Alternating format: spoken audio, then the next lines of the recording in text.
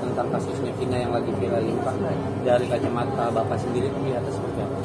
Oh iya, terima kasih rekan-rekan. Jadi kalau kita menyoroti kasus yang terjadi di Cirebon ya, kebetulan saya dari Cirebon. Karena kenapa kita tidak ikut? Karena ini kan sudah, kalau kita bicara yuridisnya mohon maaf, jadi kita sama-sama tahu polisi menetapkan tersangka itu tentunya dengan 2 alat bukti. Nah, ini kan menjadi kejanggalan memang.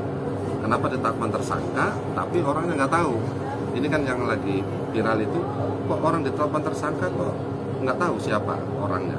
Ada namanya tapi tidak ada orangnya. Jadi itu hal yang mustahil sebenarnya.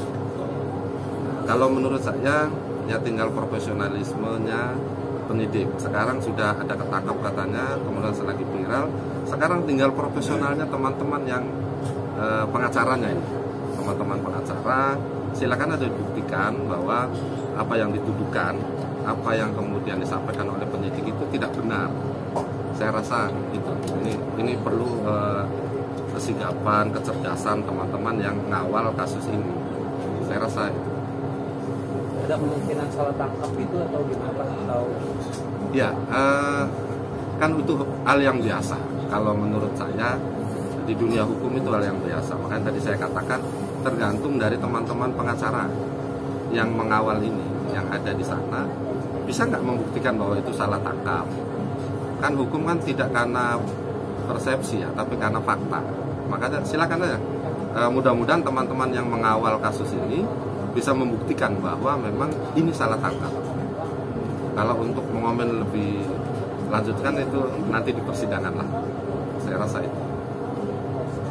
Ini kan juga ada sangka yang mungkin dia ngakunya dia bukan pelaku, tapi dia udah terhukum dan dia sudah bebas, tapi dia masih belum mengakui gitu. Artinya ada keraguan juga loh dari masyarakat terhadap polisi.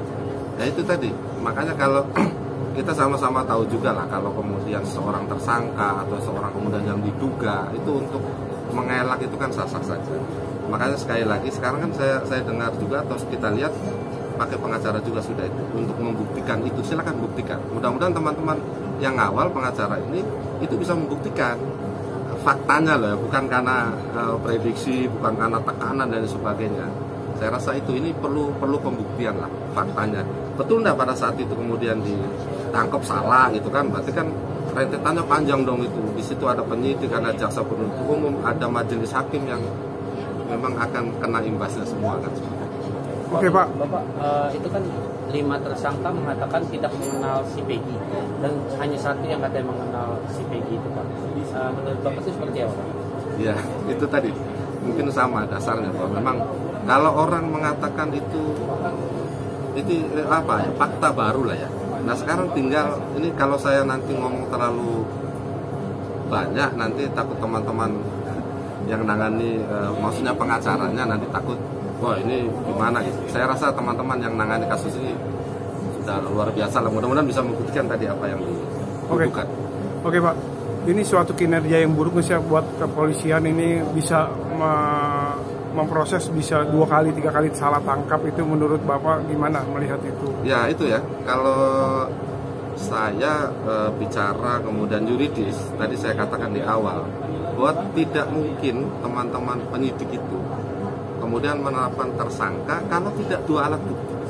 Ini tersangka DPO, tapi kok nggak tahu. Jadi ya saya rasa itu tidak profesional sama sekali dan ini kita harapkan jangan terjadi lagi lah, kasihan kan. Artinya terlalu terburu-buru gitu ya, sudah untuk menetapkan tersangka gitu ya, seperti itu kan? Ya tidak juga dong. Kan seseorang bisa dikatakan tersangka atau menjadi tersangka itu dengan 2 alat bukti. Nggak mungkin dong kalau alat bukti nggak ada kemudian ditetapkan tersangka. Saya rasa bukan keterburuan, tapi ini adalah kekeliruan ya. Kalau memang 2 alat buktinya belum dapat, tapi sudah ditetapkan jadi tersangka, ini yang menjadi mungkin tadi yang disampaikan bahwa memang menimbulkan tidak kepercayaan. Karena sama-sama tahu lah kita bahwa orang tersangka itu berarti sudah 2 alat bukti. Nah ini gambarnya nggak ada kemudian disebut tersangka, kan lucu juga gitu kan. Artinya ini kan sempat satu tersangka sempat dinyatakan bersalah dan ternyata dia itu tidak bersalah. Nah dalam hukum itu sebenarnya itu pelanggaran HAM juga nggak sih untuk menetapkan seseorang yang bukan dia tersangka tetapi tersangka gitu. Artinya kalau menurut Bapak nih sebagai praktisi hukum yang melihat ini ada pelanggaran HAM nggak sih Pak sebenarnya? Ya, tadi sama ya, mungkin jawaban saya sama. Jadi dibuktikan dulu bahwa apa yang disampaikan oleh yang sekarang sudah keluar ya dari diputus kemarin, dibuktikan dulu bahwa memang dia tidak bersalah. Tidak bersalah karena ada aturannya juga. Kalau sampai itu terjadi ya mohon maaf, ini kan rentetannya kemana-mana, ini udah menyangkut nasib orang kan, kasihan. Oke, jadi Pak. dibuktikan dulu lah. Oke Pak, sebagai seorang praktisi hukum bisa dikatakan ada motif apa sih dibalik kasus Pina ini Pak? Dibalik kasus? Iya. Ya kalau saya sih fenomena ini biasa terjadi di dunia hukum. Nah kalau kita nanti berangan-angan repot nanti kan. Yang jelas pengacaranya harus membuktikan apa yang sudah dituduhkan oleh kliennya mereka itu bahwa itu tidak benar. Baik yang sekarang tersangka baru atau yang tadi dikatakan udah jadi tersangka, udah malah menjalani hukuman, itu harus dibuktikan bahwa memang itu tidak benar. Saya rasa itu. Kalau fenomenanya ya biasa sih dunia hukum memang seperti itu sering terjadi di mana-mana. Cuman ini yang viral ini aja, saya harapkan juga ini jadi pelajaran lah ke yang lainnya, jangan sampai terjadi lagi kan. Oke Pak, untuk supaya tidak terjadi pegi-pegi yang lain, saran atau masukan dari Bapak apa support? Ya saya harapkan profesional lah, lebih profesional lagi teman-teman penyidik dalam menangani suatu perkara, suatu kasus. Jangan kemudian ada korban-korban lagi ya. Profesional lah intinya, jangan sampai kemudian kalau terjadi ini kan ini luar biasa.